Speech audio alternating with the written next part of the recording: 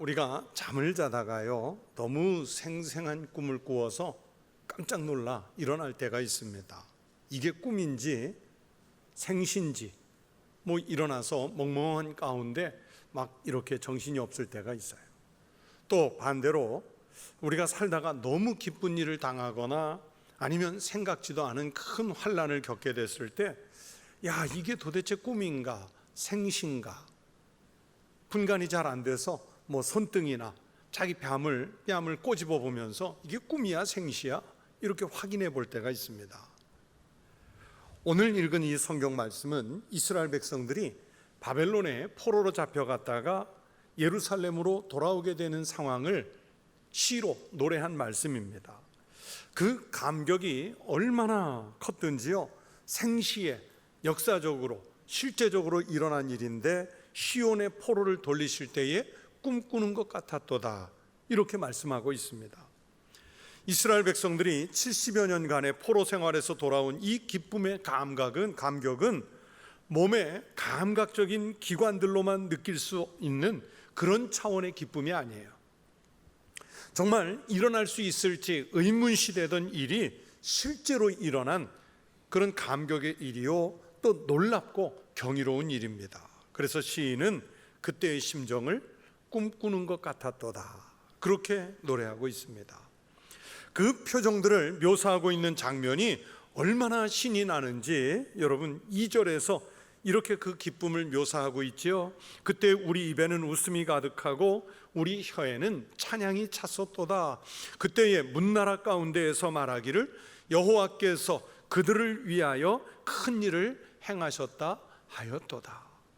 나라가 해방되고 포로에서 노임을 받아 다시 하나님이 약속하신 젖과 꿀이 흐르는 약속의 땅으로 돌아오는 이스라엘 백성들의 그 기쁨의 마음이 표현되어 있습니다.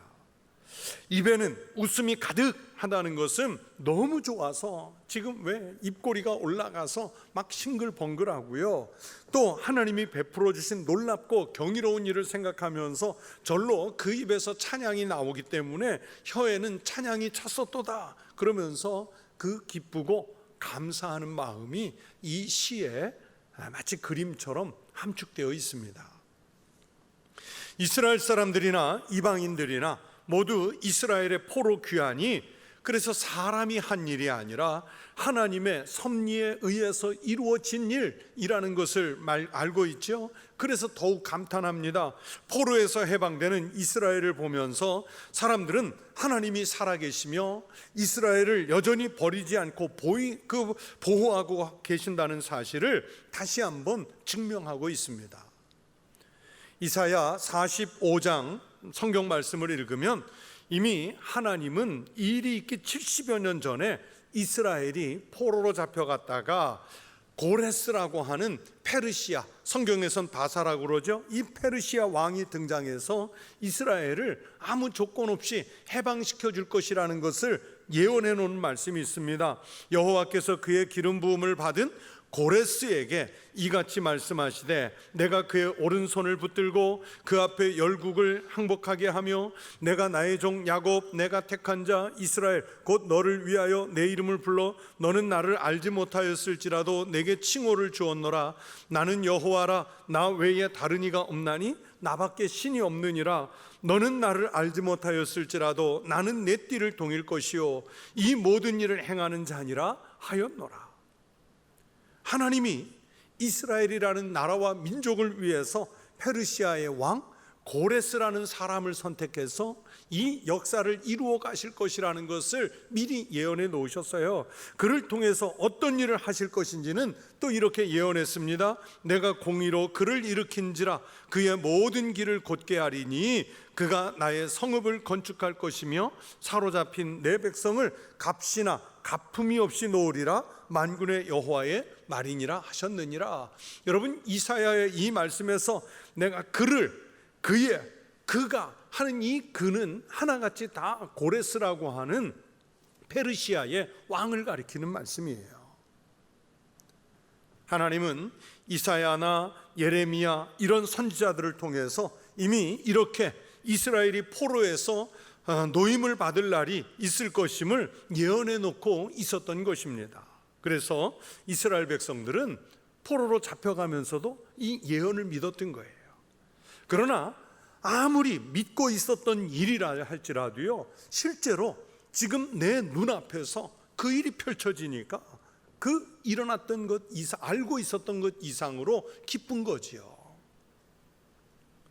지금 이스라엘은 믿고 있던 민족의 해방이 실제로 찾아온 것입니다.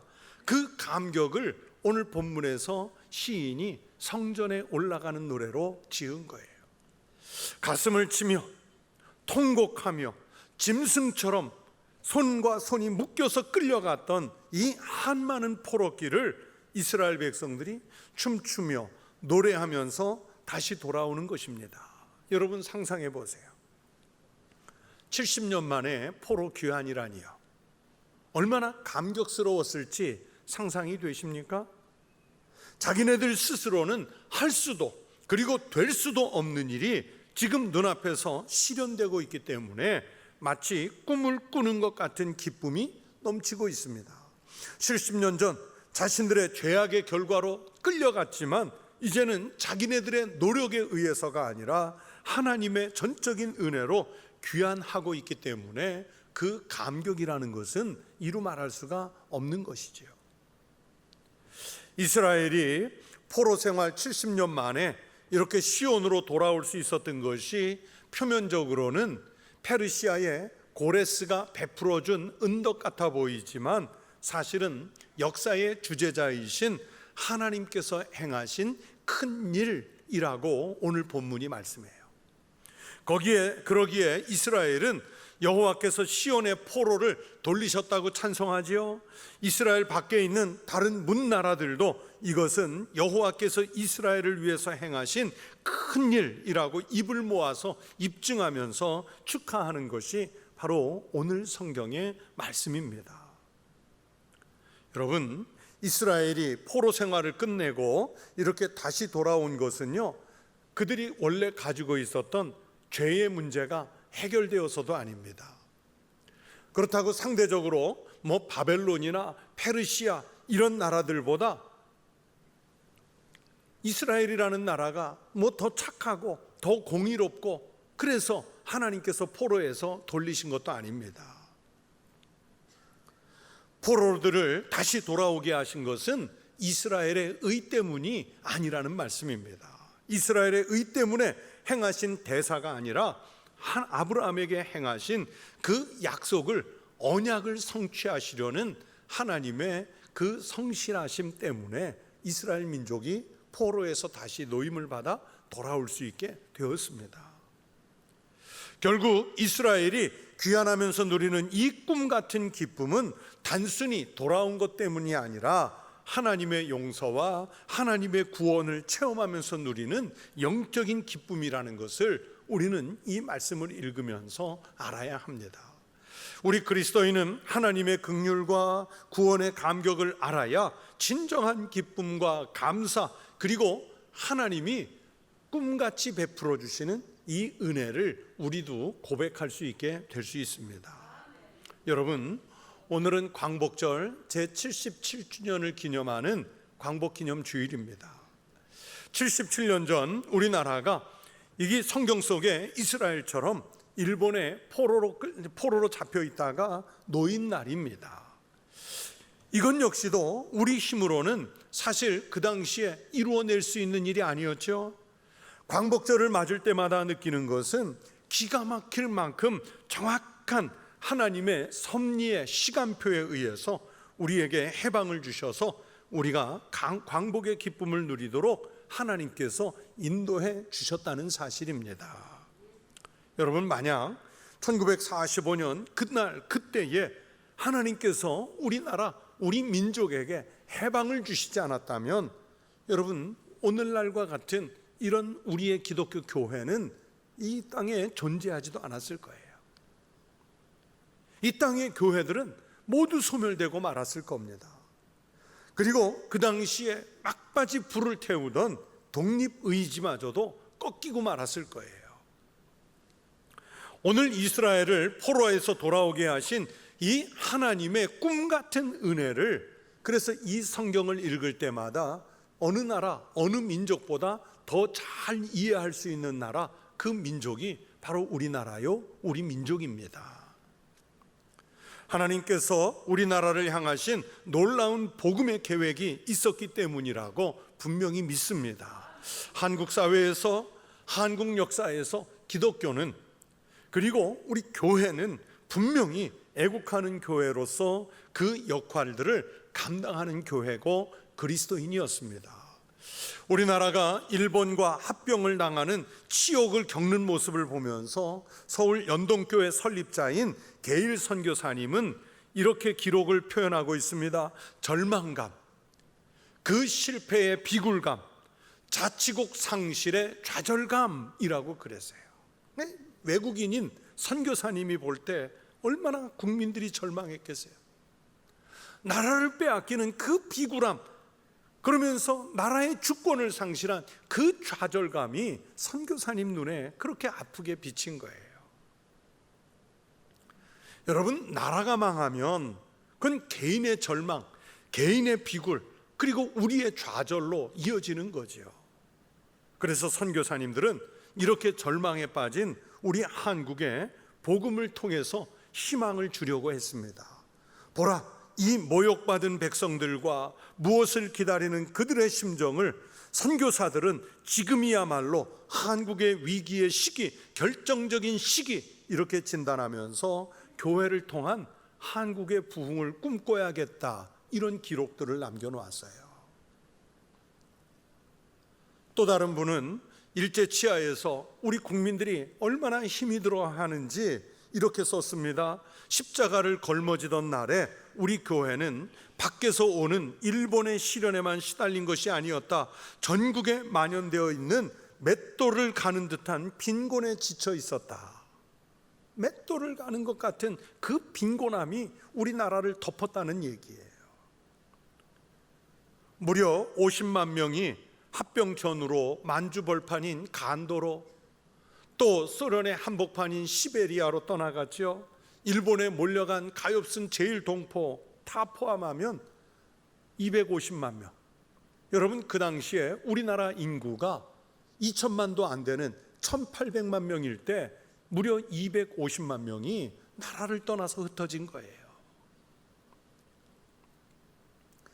그러면 떠나지 못하고 여기에 남아있는 사람들은 편했을까요? 그분들의 고통도 눈에 보듯이 환하게 보이지요. 그럼에도 불구하고 한국교회는 내적으로 힘을 비축하게 있었다. 선교사들은 그렇게 진단했어요. 그래서 선교사님들의 표현에 의하면 이런 문장이 있습니다. 한국교회의 신앙은 아직도 그 힘이 견고하고 소박한 데 있었다. 우리가 큰 건물 짓고 교회가 무슨 역사적인 대의를 위해서 일한 게 아니라 남들 눈에는 안 보이지만 영적으로 힘 있는 교회, 준비되는 교회였다는 걸 선교사님들이 얘기하는 거예요. 일제 치하의 교회는 그 소박한 힘을 바탕으로 하나님께서 우리 민족에게 이루어 가실 그 섭리를 기대하면서 교회가 감당할 수 있는 애국적인 일들을 감당했습니다. 여러분, 그 당시 보세요. 우리 땅에 세워진 현대 교육기관들은 거의 교회, 기독교를 통해서 세워지죠. 물산 장려 운동, 절제 운동을 통해서 사회를 정화시키는 일을 주도적으로 한 사람들이 누구였어요? 교회였잖아요. 3.1 운동의 중심에 서서 독립운동을 이끌어간 세력이 기독교요, 교회였습니다. 독립협회를 비롯한 기관들의 중심을 이루었고, 이런 인적 자원을 모아서 교육시켜 사회로 다시 보내서 하나님의 사람들이 곳곳에서 일하도록 인도한 중심이 교회였어요. 정말 참담한 암흑 같은 현실 속에서도 교회는 그 당시에 사회의 빛이 되고 소금이 돼서 우리 백성들에게 해방의 소망을 심어준 복음이 바로 교회 안에 있었던 겁니다. 그래서 역사적 기록에 보니까 총독부가 강력한 조직과 정신의 교회에 강압을 써왔을 때도 한국교회는 항상 그 놀라운 창조신앙으로서 이 횡포에 맞서 싸웠다는 기록이 있어요. 그러니까 예수 믿는 사람이나 예수 안 믿는 사람들이 볼 때도 총독부에 맞서 싸우는 그 중심이 어디에 있었냐? 교회였고, 그만큼 교회는 애국하는 단체였고, 그리스도인은 나라를 염려하는 사람들이라는 동등한 인식이 있었어요. 그러다 보니까 나라를 위해서 자신의 생애를 바친 위대한 지도자들이, 민족의 지도자들이, 독립운동의 지도자들이 교회로 오잖아요. 해방 후에도 그랬고 6.25를 전후에서도 그렇고 한국 사회의 격동기 때마다 교회는 우리 사회의 지표가 돼서 하나님의 뜻을 이 땅에 펼쳐가는 소명들을 감당해 왔습니다. 교회는 한국 땅에서 구속의 터전도 되었지만 이렇게 참담한 상황에 놓였을 때 예언자와 지식인들의 터전도 되는 그런 신앙 고백을 교회가 해냈습니다. 이 설교 후에 부를 찬송가가 582장인데 이 찬송을 지은 분이 김재준 목사님이에요. 이 찬송을 지을 때 우리나라가 잘 사는 나라가 돼서 나라의 형편이 평안해서 그럴 때 지은 가사가 아니에요. 여러분, 그 가사를 보면 나라가 힘들고 어렵지만 교회가 어떤 힘으로 일어서는지를 잘 표현해 줬어요. 어둠 밤 마음에 잠겨 역사의 어둠이 짙었을 때 계명성 동쪽에 밝아 이 나라 여명이 왔다. 고요한 아침의 나라 빛 속에 새롭다. 이 빛 삶 속에 얽혀 이 땅에 생명탑 놓아간다.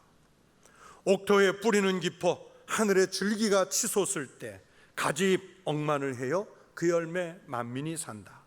고요한 아침의 나라 일꾼을 부른다. 하늘 씨앗이 되어 역사의 생명을 이어가리. 성도 여러분, 그렇게 이 땅, 우리 조국은 하나님께서 꿈같은 은혜로 주신 하나님의 땅인 줄로 믿습니다. 이 땅을 지켜내야 할 곳이 교회고 또 그리스도인인 줄로 믿습니다. 우리 자신을 봅니다. 8.15 광복절에 하나님은 우리의 노력에 관계없이 우리나라에, 우리 민족에게 꿈같은 기쁨을 주셨는데 우리는 오늘 우리가 살아가는 이 모습 속에서 그 기쁨을 누릴 자격이 있는가? 그 당시의 교회처럼, 그 당시의 그리스도인들처럼 정말 영혼이 살아있고 나라와 민족을 위해서 정말 안타까이 기도하는 그런 애국하는 마음이 우리에게 잔존하는가 돌아봐야 돼요. 우리가 해방을 맞을 때의 감격, 우리 입에는 웃음이 가득하고 우리 혀에는 찬양이 찼었도다. 이 하나님의 큰 일을 과연 우리가 오늘 제대로 누릴 자격을 가졌는지를 보자는 거예요. 하나님께서 우리나라의 허리를 뚝 잘라서 남북으로 나뉘어 놓으신 것도 우리는 그 의미를 심각하게 받아들여야 합니다. 하나님께서 우리로 하여금 너무 교만하지 않도록, 자고하지 않도록, 기도하도록, 겸손하도록 하나님의 섭리에 모든 것을 맡기도록 만들어 놓으신 장치가 아닐까 생각해 봅니다. 여러분, 저 북녘 땅이 있는 한 우리는 기도해야죠. 진실한 복음의 통일이 이루어지는 날까지, 그래서 우리가 정말 포로에서 노임을 받는 날까지 우리가 기도해야 되지 않겠습니까? 이스라엘 사람들이 포로에서 해방되어 시온으로 돌아왔다고 해서 그날부터 만사가 대통할 것이라고 기대해서는 안 됩니다. 이스라엘이 포로에서 귀환은 했지만 사실은 포로 시절보다 더 복잡하고 더 괴로운 일에 직면할 수도 있습니다. 에스라서에, 느헤미야서에 읽어보면 포로에서 돌아온 백성들이 얼마나 큰 어려움을 겪는지 상세하게 묘사되어 있잖아요. 이스라엘이 포로에서 돌아왔다고 그것으로 모든 것의 끝이 아니라는 얘기입니다. 오히려 더 큰 문제들이 기다리고 있었습니다. 그러므로 성급한 기대도 말아야 하지만 그렇다고 해도 경솔하게 절망할 필요는 없어요. 이스라엘 백성들도 그 사실을 잘 알았습니다. 그래서 돌아오는 꿈 같은 기쁨에도 불구하고 쉽게 웃지 않았고 오늘 말씀에 보면 오히려 울면서 씨를 뿌리고 밭을 갈겠다고 하지요. 눈물을 흘리며 씨를 뿌리는 자는 기쁨으로 거두리로다. 이스라엘 백성들이 70년 전에 울면서 떠났던 그 길을 마침내 웃으면서 돌아오게 된 것처럼, 꿈 같은 은혜를 입어서 귀환하게 된 것처럼 지금 어떤 어려움이 있어도 눈물로 씨를 뿌리면 언젠가는 하나님께서 웃으면서 노래하며 추수할 날이 주실 것이라는 것을 이스라엘 백성들은 믿은 거예요. 아주 위대한 신앙의 모습이고 겸손한 신앙의 고백입니다. 훗날에 웃기 위해서 먼저 울어야 한다는 것은 우리 그리스도인들도 오늘 새겨야 할 교훈입니다. 6절을 보십시오. 울며 씨를 뿌리러 나가는 자는 정령 기쁨으로 그단을 가지고 돌아오리로다. 농부가 쌀을 거둘 때까지는 모내기에서부터 추수까지 88번의 손길이 닿아야 한다는 말이 있습니다. 또한 그 손길은 늦어서도 안 되고 일러서도 안 되고 제때를 맞추어서 적절하게 손이 묻어야 한다고 그러죠. 그러기 위해서 농부들은 새벽부터 밤늦은 시간까지 일을 해야 합니다. 농사를 짓는 고통이 있어요. 그러나 농부는요, 가을에 거두어 드릴 곡식을 생각하며 그 1년 동안의 그 고생을 참고 견뎌내는 거예요.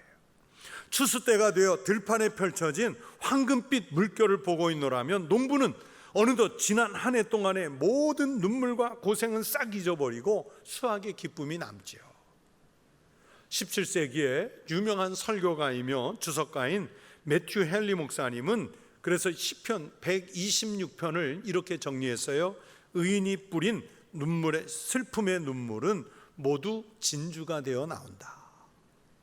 하나님의 백성이 정말로 고통 가운데 눈물을 쏟으면 그 눈물은 진주가 된다는 거예요. 이스라엘 백성들이 포로에서 돌아오며 감격해하면서도 앞으로 더 나은 민족을 건설하기 위해 나중에 웃을 생각을 하면서 지금은 울며 씨를 뿌리는 농부의 심정이 되기로 했던 그 신앙의 마음이 오늘은 우리의 마음이 되어야 할 줄로 믿습니다. 우리 그리스도인들이 조금 힘들고 어려워도 우리가 사는 나라의 이 사회 속에서 눈물로 씨를 뿌리는 심정으로 우리 민족을 아끼고 사랑해야 합니다.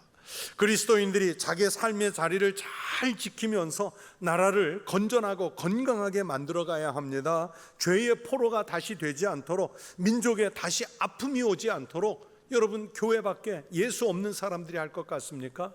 우리가 기도하고 우리가 그렇게 살아내야 할 때 하나님이 지켜주실 줄로 믿습니다. 저희 세대, 꼭 저희 세대 학생들이 고등학교 다닐 때 꼭 끼고 다니면서 배웠던 영어 참고서가 성문 종합영어라는 참고서였습니다. 저도 고등학교에 진학해서 학원에 가서 그 책으로 영어를 배웠는데 그 어린 고등학생 시절에 첫 장, 1장에서 배운 그 내용이 지금도 생생히 기억이 나요. 1장에 이 송성문 씨가 뭐를 썼냐면 케네디의 대통령 취임식 연설문을 1장으로 삼았습니다. 아주 유명한 연설문이에요. 거기에 이런 문장이 있습니다. 조국이 여러분에게 무엇을 해줄 것인가를 묻지 말고 여러분이 조국을 위해 무엇을 할 수 있을 것인지를 물으십시오 하는 문장이 있었어요. 여러분, 우리는 각각 생활하는 형편이 다르지요. 일하는 일터가 다르지요. 생각하는 이념의 지향점이 다르지요. 우리는 다 다르지만 그러나 같은 대한민국 국민으로서, 특별히 같은 그리스도인으로서 우리는 하나님께서 주신 나라, 하나님이 만들고 형성해 주신 이 민족을 각각의 삶의 자리에서 이루고 지켜내야 한다는 사실만큼은 변동이 없습니다. 우리 믿음의 선진들이 성숙한 신앙으로 나라의 독립을 하나님 앞에서 하나님의 뜻으로 쟁취하기를 바랐던 그 마음을 가지고 여러분 삶의 자리로 돌아가시면 그곳에서 시민으로서, 국민으로서 여러분이 해야 할 일을 정당하게, 그러면서 정직하게, 그러면서 도덕적으로나 윤리적으로 틀림이 없이 바르게 잘 감당하셔서 하나님께서 우리나라, 우리 민족을 하나님의 큰 일 행하심으로 지키시는 나라가 되고 민족이 될 수 있도록 여러분의 삶의 자리를 그렇게 변화시켜 가시기를 바랍니다. 우리가 그렇게 힘들더라도 눈물로 씨를 뿌리면 장차 우리의 다음 세대가 기쁨으로 단을 거두는 나라의 역사가 있기를 주의 이름으로 축원합니다.